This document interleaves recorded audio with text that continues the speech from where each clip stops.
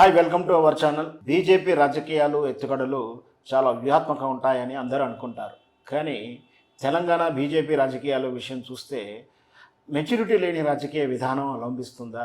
ఎందుకు భిన్నంగా ఈ విధంగా ఉంది? ఎందుకు భిన్నంగా ఈ విధంగా బీజేపీ తీరు వ్యూహాలు ఈ విధంగా ఎందుకున్నాయని అందరికీ అనుమానం వస్తుంది.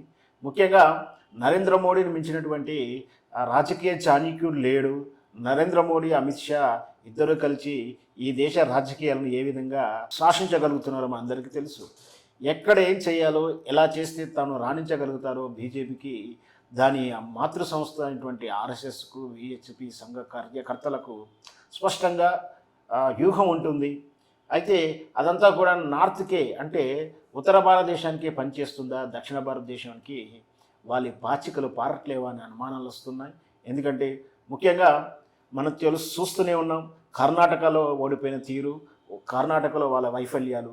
అందున ఇంకొకటి తమిళనాడులో వాళ్ళు వేళ్ళుడుకోవడానికి, కనీసం చొరబడటానికి కూడా, స్టేయింగ్ చేయడానికి కొంచెం 5% కూడా తమిళనాడు రాజకీయాల్లో వాళ్ళు వేలు పెట్టలేకపోయారు.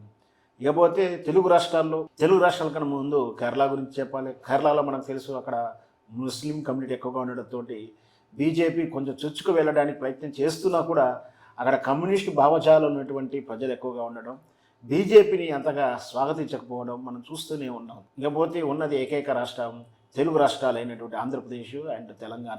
ఇక్కడ కూడా తెలంగాణలో మాత్రమే గతంలో పట్టణాలలో, హైదరాబాద్ లాంటి మెట్రో సిటీలోనూ, నల్గొండ, నిజామాబాద్ లాంటిటువంటి కొన్ని టౌన్లలో మాత్రమే బీజేపీ ఉండేది.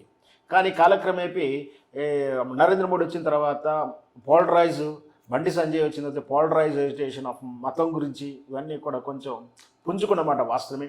అయితే తెలంగాణలో నిన్నటి ఎన్నికల ముందు జనసేనతో, తెలంగాణ ఎన్నికల్లో నిన్న జనసేనతో పొత్తుకు వెళ్ళినటువంటి భారతీయ జనతా పార్టీ ఈరోజు వారి పార్టీ అధ్యక్షులు చెప్తున్నారు, రాబోయేటువంటి పార్లమెంట్ ఎన్నికల్లో ఒంటరిగా పోటీ చేస్తుంది భారతీయ జనతా పార్టీ తెలంగాణలో అని స్పష్టంగా చెప్తున్నారు.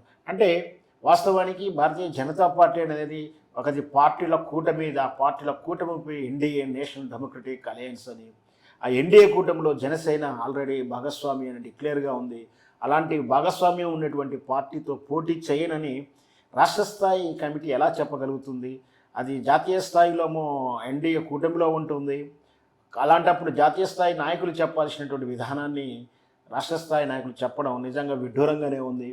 ఎందుకంటే జనసేనతో కలిసి పోటీ చేయడం వల్ల కలిసి వచ్చిన అంశం ఏమీ లేదని డిసైడ్ చేసుకున్నారా? జనసేన ఎందుకు పనికిరానటువంటి ఒక అపెండెక్స్ లాంటి ప్రమాదమే తప్పించి దానికి మనకు అవసరం లేదు అని నిర్ణయం తీసుకున్నారా? మరి ఈ నిర్ణయం కేవలం తెలంగాణ ఎన్నికలకే పనిచేస్తుందా, లేదా ఆంధ్రప్రదేశ్ ఎన్నికల్లో కూడా తెలంగాణలో మాదిరిగానే బీజేపీ, జనసేన కలిసి పోటీ చేయకుండా ఒంటరిగా పోటీ చేస్తుందా? అలా పోటీ చేస్తే ఆంధ్రప్రదేశ్ ఎన్నికల్లో సాధ్యమైనంత వరకు పార్లమెంట్ ఎన్నికలతో కలిపే ఉంటుంది. ఏకస్వామ్యంలో ఉన్నప్పుడు, ఒకేసారి పోటీ చేస్తున్నప్పుడు మరి బీజేపీ పార్టీ జనసేనతో కలిసి పోటీ చేస్తుందా, చేయట్లేదు. అంటే తెలంగాణలో ఒక రకంగాను, ఆంధ్రప్రదేశ్లో ఇంకొక రకంగాను ప్రవర్తిస్తుందా? ఈ సమీకరణాలు ఎలా ఉన్నాయి? ఈ రాజకీయ ధోరణి ఏంటి? ఈ రాష్ట్ర స్థాయి నాయకులు, కేంద్ర స్థాయి నాయకులకు ఉన్న వ్యత్యాసం ఎందుకుంది? ఇంత గ్యాప్ ఎందుకు వస్తుంది?